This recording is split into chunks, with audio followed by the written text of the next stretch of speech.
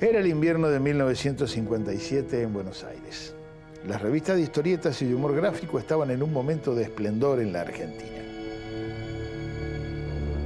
Fue en aquel año, en ese momento, en el número 1 de Hora Cero Semanal, una revistita apaisada y precaria, donde apareció así, como surgido de la nada, el personaje de aventuras más importante y famoso de la historieta argentina, el Eternauta. Fue un 4 de septiembre, hoy declarado Día Nacional de la Historieta.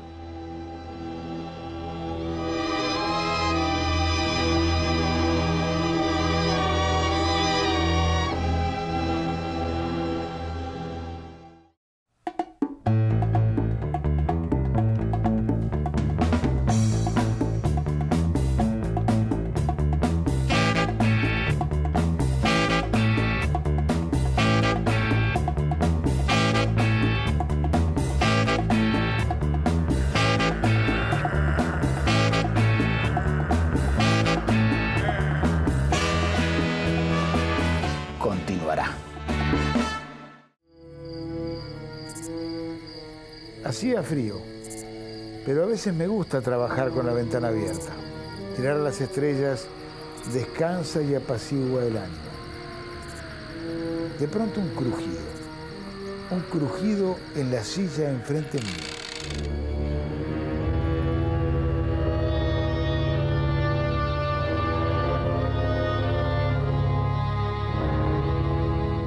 Alcé los ojos y mi mirada encontró la suya.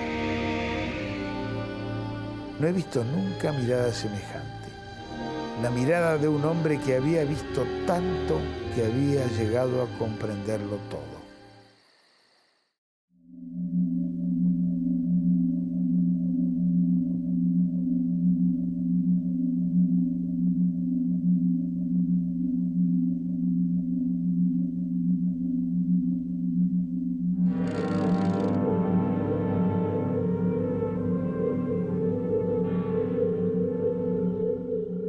Estoy en la Tierra, supongo.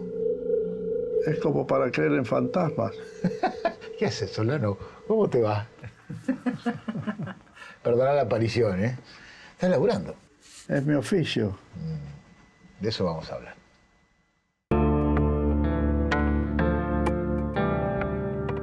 El veterano, mítico Francisco Solano López es uno de los más importantes dibujantes argentinos de historieta de aventuras. A principios de los años 50 entró a la editorial Abril, donde conoció a Héctor Oesterhel, con quien realizó Uma Uma para Rayo Rojo y Bull Rocket en Mr. X.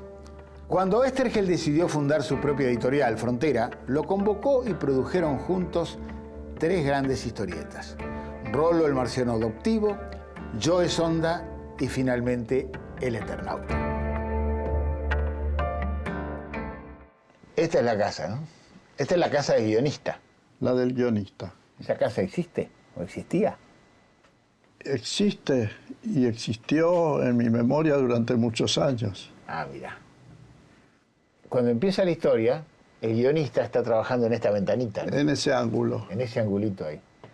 ¿Es el lugar de la casa de Héctor donde él trabajaba? Ahí es donde teníamos las charlas cuando me llamaba para proponerme alguna historia nueva. Y él estaba sentado ahí de espaldas a esas 2 ventanas. Y yo enfrente, donde como estás sentado vos ahora. ¿Esta la dibujaste en tu casa y de memoria? ¿Héctor te dijo que dibujara su casa o no te dijo nada? La verdad es que no recuerdo las indicaciones de Héctor. No eran muy largas ni no eran muy precisas tampoco, pero alcanzaba. Me daban el espacio suficiente para poner lo mío, que no era demasiado tampoco, sino un intento de aproximación a la intención de Héctor de comunicar. ¿No intentaste ponerle la cara de él al guionista, o sí?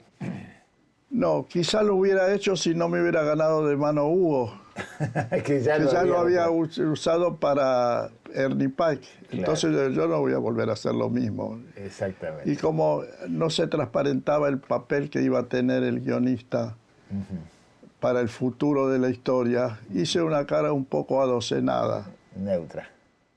Neutra. un hombre maduro, medio pacato. Ese fue el Germán de la historia. ¿Cómo te llegaban los guiones? Él te escribía, por ejemplo, todo un mes y vos lo cortabas en pedacitos de 3 páginas. ¿Te encontrabas con él cada semana? ¿Cómo te llegaban las cosas?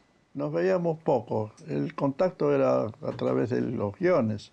Ajá. Me venían 3 páginas por semana, escritas a mano.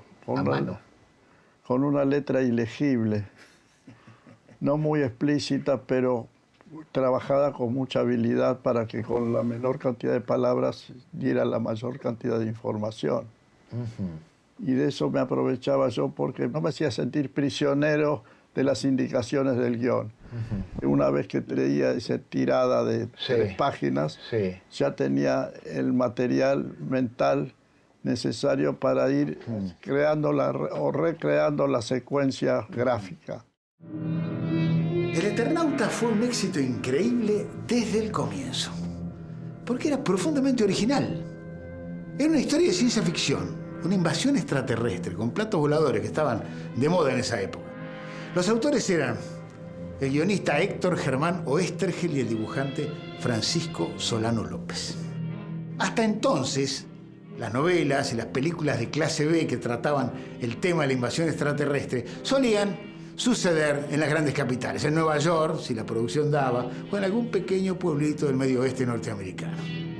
Ahora, ¿por qué los extraterrestres irían a ocupar una ciudad latinoamericana, una capital latinoamericana?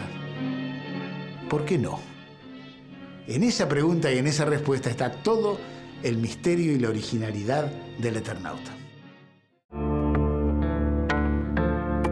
Pablo Capana es un pensador que se ha interesado por la ciencia ficción.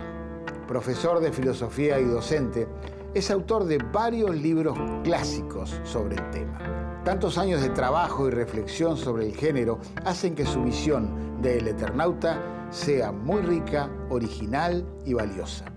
Para entender un poco el origen del Eternauta, hay que tener en cuenta la revista Más Allá, que fue la primera revista de ciencia ficción, o la segunda, pero la primera de gran tirada que se hizo en la Argentina. Y el origen del Eternauta viene de esa época en que Oesterhel estaba detrás de Más Allá y publicó 2 textos que son muy importantes para entender el Eternauta.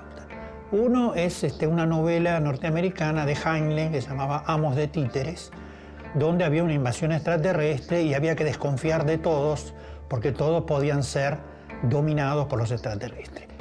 Y la otra es un cuento, Saturnino Fernández, Héroe. Esto podríamos decir que son los ladrillos.